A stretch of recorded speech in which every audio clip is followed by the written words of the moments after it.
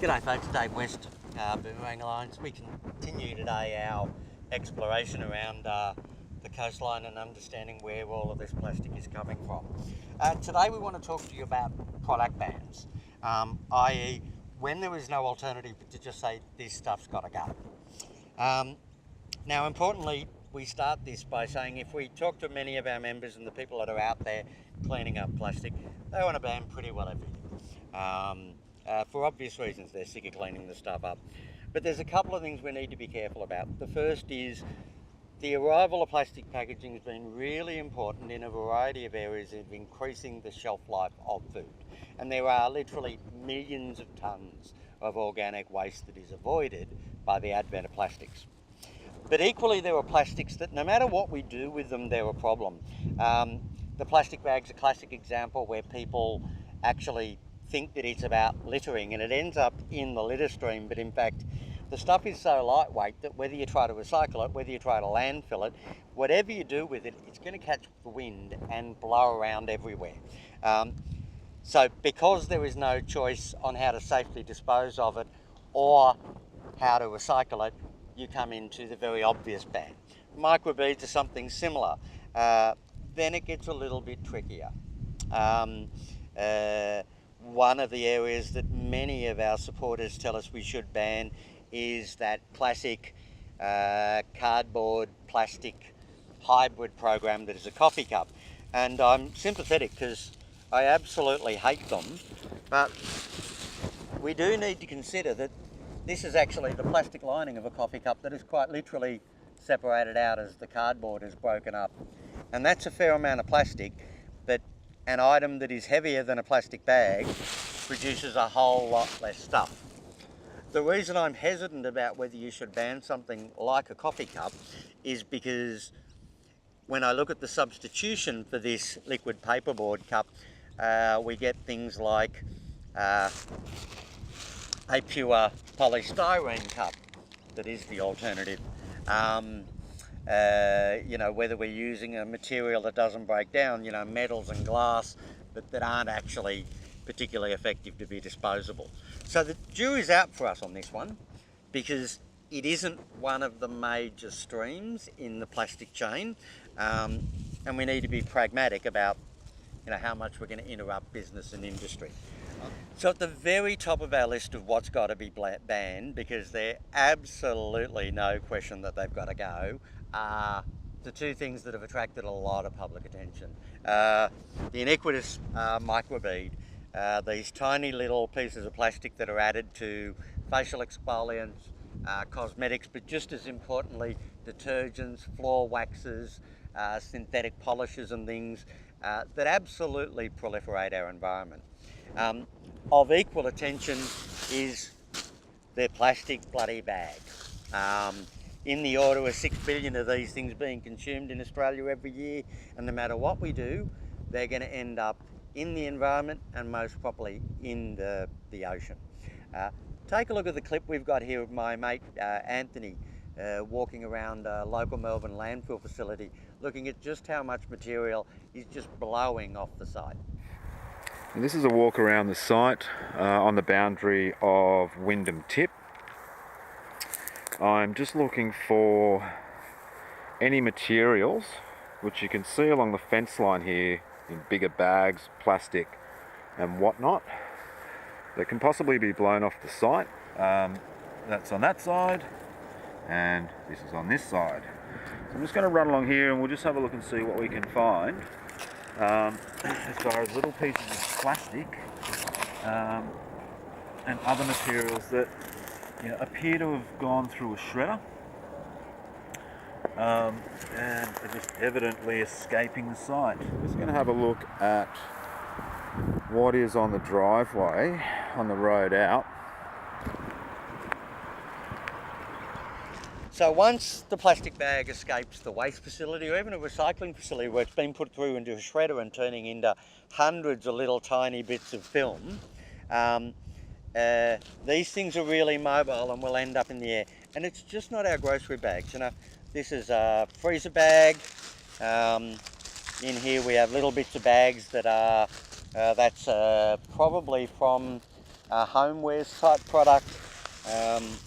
And of course, government wants to continue to avoid banning all bags and just do the grocery bag. The other thing they really like is the so-called degradable bags. Now, this has been in the drink for a couple of months. It's got holes punched in it, it's heavily degraded. We can still read the lovely advertising material for the pharmacy that selected a degradable bag, but this ain't breaking up into something that's harmless. You know, it remains a threat.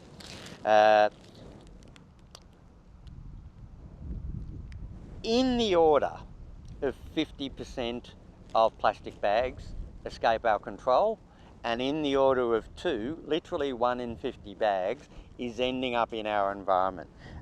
Only rivaled in terms of what moves from the consumer chain, from your control, into the environment is probably the beverage container. So it's very much number 2 on the list. The final thing that we've got to get is how much this stuff looks like a jellyfish once it's in the environment. How much it is targeted by marine species, particularly turtles, and even worse, that the practice of making these nice, clean and white instead of their natural grey colour and putting this advertising material this makes it even more attractive to turtles and fish to target as their prey. In the order of 4 times more likely to target a plastic bag that has been coloured or decorated than a plain grey shopping bag. So that brings us back to the evil microbead, a tiny little plastic compartment that is deliberately washed down the drain, and there's literally no way to deal with it beyond banning it. Check out these clips that show you a little bit about what microbeads actually do once we use them. Propylene. It's a designed microplastic that goes on your face, down the drain, out to our rivers, lakes, into the ocean.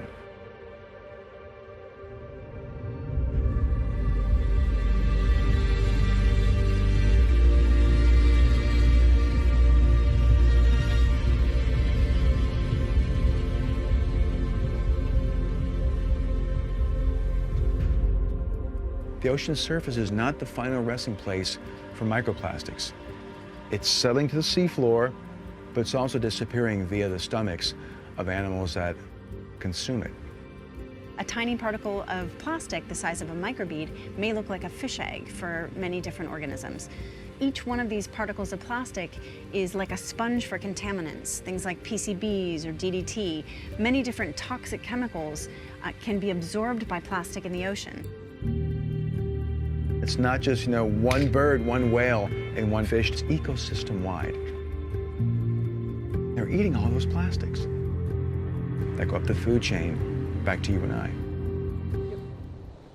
So it's pretty obvious that we need to do something about these evil little buggers, and we'd suggest that while Minister Hunt's initiative to phase out microbeads in its scope and its breadth is in fact probably world's best practice, the idea that we can do that without some regulatory stuff that just actually ends this and firmly eliminates these and any other nasty substitute is of the highest order of importance. Now, this is probably the most persistent material we find along beaches and shorelines, without question, in part because it's lightweight and it floats, so it's all going to wash up sooner or later. I think most people know what polystyrene is, these little plastic balls that are all pulled together like that, but polystyrene comes in all sorts of forms, polystyrene, styrofoam, EPS, extruded polystyrene, ABS, etc. And it can be something as fine as this material, which is almost a solid, to these big peanuts and this small stuff. If we come in close here, the reason it is a problem is how rapidly it will fragment. Just watch me pull that on the thing and how quickly it's turning into tiny, tiny bits of plastic. No weight, no pressure. So we've got to decide what we're going to do with this. Given it's this fragile and it breaks up this quickly, you can't think to run recycling programs or something that's going to capture it. You can't deal with it in landfill because it breaks into these little balls and quite literally either washes under the fence every time it rains or catches wind and blows away. And that's what triggers when you need to look at a ban. You can't capture it, you can't recycle it, you can't dispose of it without creating more and more problems. There's no question we need to phase out a significant amount of polystyrene. In particular, we need to look at what's happened in North America, where better than 40 jurisdictions, along with the governments of China and India in Asia, have actually banned the use of polystyrene in food packaging, and particularly in takeaway food packaging, because once it's hot, this stuff releases some of the chemicals that are found in it. And polystyrene's base is actually a material called styrene, which is one of the more toxic chemicals we find in plastic polymers. How far do we go with that? Well, we've got to manage substitution. So there's a question for policymakers that says, is moving this to a rigid plastic container acceptable? In my view, that's probably a yes. But given that's also a problem within marine pollution, you might want to make sure that you manage the substitution by saying takeaway food is not to be served in a plastic container or something to that effect. No matter what the plastic product is, it's probably fair to say to plastics manufacturers and the people that buy their packaging that they're on notice, and that ultimately if we don't come up with product stewardship programs, they're just going to have to go. But in the first order, we'd like to think we can come up with solutions of a lot of the product. What does need to go? Top of the list, 10 years overdue, and sick of listening government talk about it, is to eliminate single-use plastic bags. It's not just the grocery bag, but all single-use plastic bags. Second to that is microbeads. Minister Hunt's taken the initiative. Coles and Woolies claim that they're going to eliminate them. We haven't seen them come off the shelf yet, but ultimately we can't leave it open for some irresponsible company to actually deliberately put microbeads back and try to make it a unique selling proposition after the rest of the industry has taken action. And third, at the minimum, we need to eliminate the use of polystyrene packaging in food and beverage sectors. Most probably extend that into a broader product stewardship regime about the management of all rigid plastic takeaway containers, with bans on polystyrene and a couple of the other stuff that's not so good. Thanks, I'm Dave West from the Boomerang Alliance.